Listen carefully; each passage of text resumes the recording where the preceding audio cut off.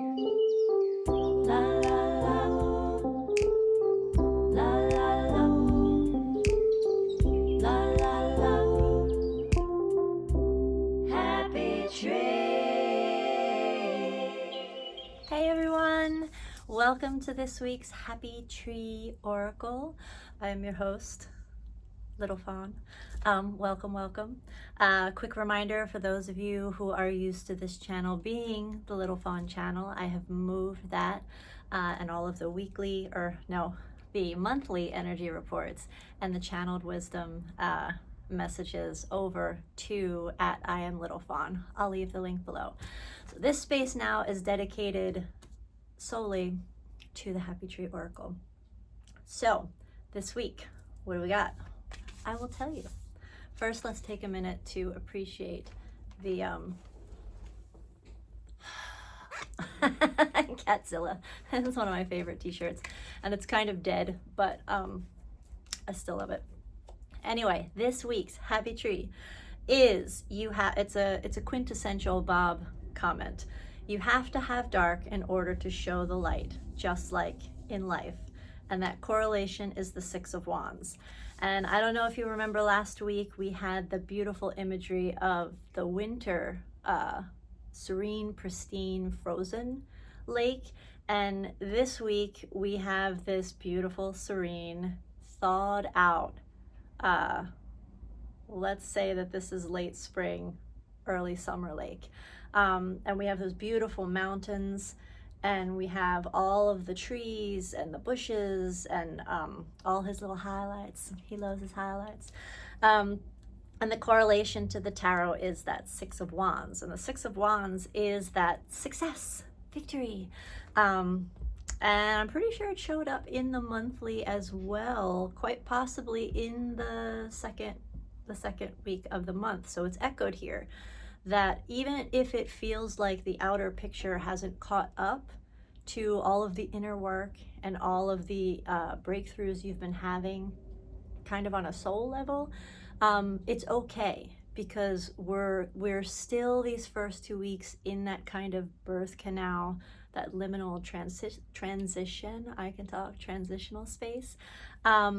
So if last week we were kind of celebrating those small wins, we need to carry that forward because we're moving into the bigger win. But we are living also in very high contrast times.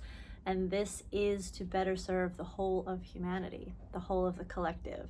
And so this week, it may be that we see some very high contrast shadow and light, whether it's in our outer picture, in the news, in the world, in your own kind of family or community or workplace, or if it's just kind of the battle inside, right? And ultimately, when we all can kind of lay down the weapons in the battle on the inside and embrace the shadow. And what they've given me, and a phrase that I love, is love your shadow into the light in full acceptance. That's where you start to kind of bridge the gap, and you move out of it and into the light, not because you're trying to be like, no, unicorns and rainbows, I don't want to see it. Like, you don't have to invite it in, but there is, I'm going to tell like a little story. I try not to keep these long, but I am going to tell a little story.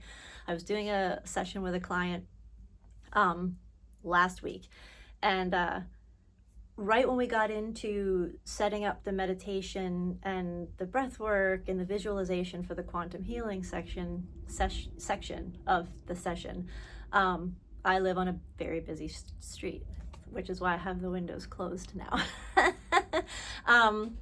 But right as we got into that point, we heard a car crash that was literally right outside this window.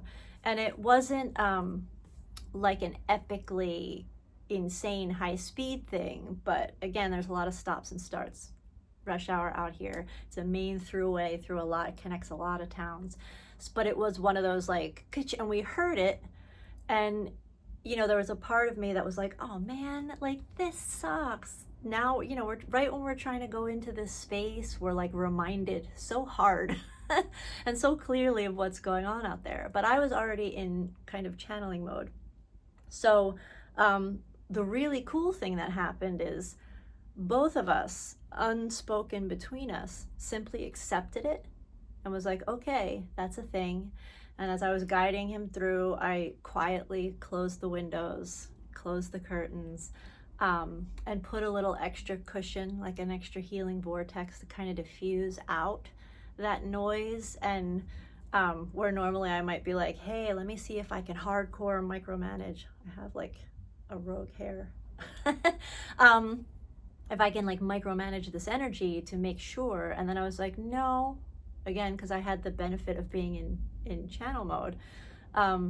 No, it's about accepting it. It is. It's going on out there. But in here, in the space that we had created for the healing work, was a very different space. And so in that acceptance and that choosing, we created silence.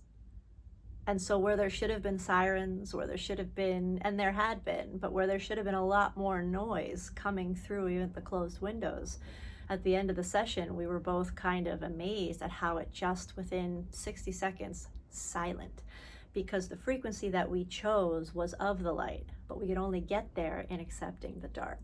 And so pay attention to those opportunities that you have this week to just say, okay, this is, accept all truths as valid and real, and then choose yours. What is your lane? What is your frequency spectrum? Where do you want to exist and create and experience and express, and stay there? And it's not, that's a very different energy than pushing away. It's an energy of acceptance and then choosing.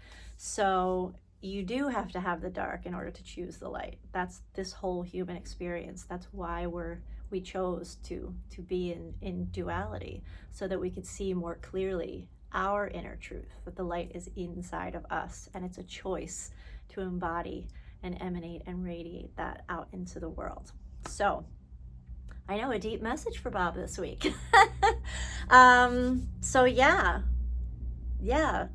just know that success is assured this week, and try not to take personally the outer reflection at this time of transition, and trust in your frequency and trust in your choice of experience and expression, and just, overall vibration in this world. All right? Have a beautiful week. I will see you next week.